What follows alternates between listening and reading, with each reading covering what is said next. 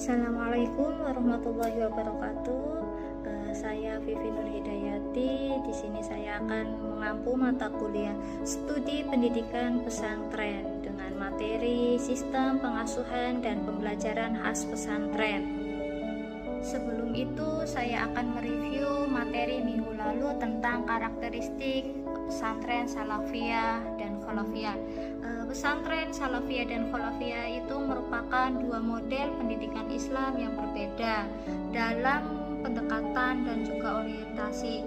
Pesantren Salafiyah itu menekankan pendidikan keagamaan tradisional melalui kajian kitab kuning dan penguatan moral santri dalam sistem asrama yang kuat. Sementara itu pesantren Kholafiyah itu mengintegrasikan nilai-nilai keislaman dengan sistem pendidikan formal nasional sehingga lebih adaptif terhadap perkembangan zaman. Nah, keduanya itu memiliki keunikan dan kontribusi penting dalam membentuk karakter dan juga keilmuan Islam di Indonesia.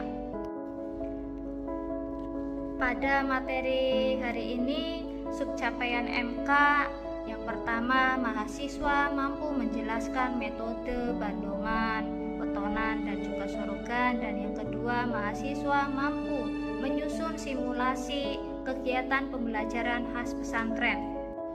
Nah, saya akan menjelaskan mengenai sistem pengasuhan dan pembelajaran khas pesantren.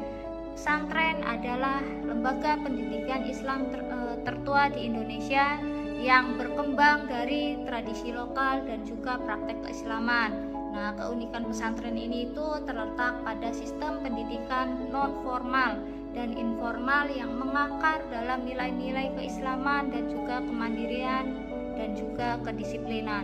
Ada dua aspek penting dari pesantren, yaitu sistem pengasuhan dan juga sistem pembelajaran.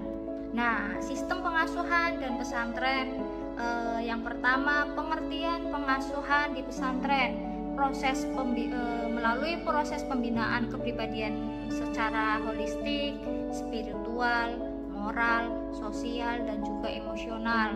Nah, hal ini tidak hanya peran pengajar ataupun ustadz, tetapi juga nyai, kiai, dan juga senior. Dan yang kedua, prinsip-prinsip pengasuhan. Nah, ketaatan kepada kiai itu menjadi figur sentral dan juga panutan kehidupan kolektif santri tinggal di asrama ataupun pondok, dan juga belajar hidup bersama mengenai waktu belajar, ibadah, dan aktivitas sehari-hari. Nah, keteladanan, nilai-nilai ini lebih banyak ditransmisikan melalui praktek langsung dan juga uswah hasanah. Dan yang ketiga, bentuk pengasuhan. Bentuk pengasuhannya itu melalui asrama ataupun ma'had, tempat pembinaan karakter melalui kegiatan rutin, sholat berjamaah, pengajian, khidmat, melayani pondok, dan juga kegiatan malam. Tarbiyah dzatiyah itu pembinaan diri dari dalam seperti melalui mujahadah dan juga riyadhah. Dan yang keempat, nilai-nilai yang ditanamkan yaitu kemandirian, kesederhanaan, toleransi, kepemimpinan, dan juga moderasi beragama.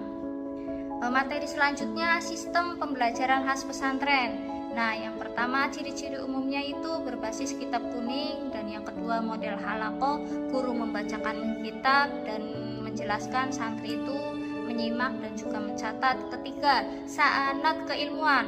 Nah, ilmu yang diajarkan itu tersambung kepada ulama-ulama terdahulu.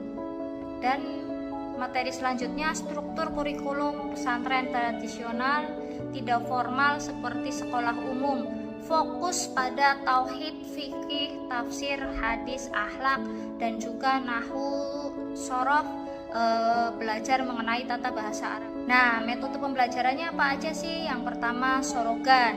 Nah, santri itu membaca di hadapan guru dan guru membetulkan. Dan yang kedua, metode bandongan, guru membacakan kitab, santri mendengarkan dan mencatat makna per kata. Nah, yang ketiga, muzakaroh, diskusi antar santri untuk memperkuat pemahaman. Dan yang keempat, yaitu metode dengan tahfidz, terutama dalam pendidikan pesantren, tahfidz dan juga salaf. Nah, transformasi dalam pesantren modern. Hal ini tuh mengadopsi sistem klasikal dan juga kurikulum nasional. Integrasinya itu antara ilmu agama dan ilmu umum, dan yang terakhir menyediakan program pendidikan formal seperti madrasah, MA, SMK, dan juga perguruan tinggi. Nah, saya ingin bertanya kepada teman-teman mahasiswa, coba cari tantangan dan peluang pesantren salaf dan khalafi itu apa saja. Saya beri waktu untuk 3 menit untuk berpikir dan diskusi dengan teman-teman yang lain. Disimpulkan pada materi hari ini, sistem pengasuhan dan pembelajaran di pesantren itu bukan hanya sekedar sarana pendidikan saja, akan tetapi sebagai bentuk pembentukan karakter, spiritualitas, dan nilai-nilai kehidupan, keunikan ilmiah yang menjadikan pesantren tetap relevan hingga saat ini.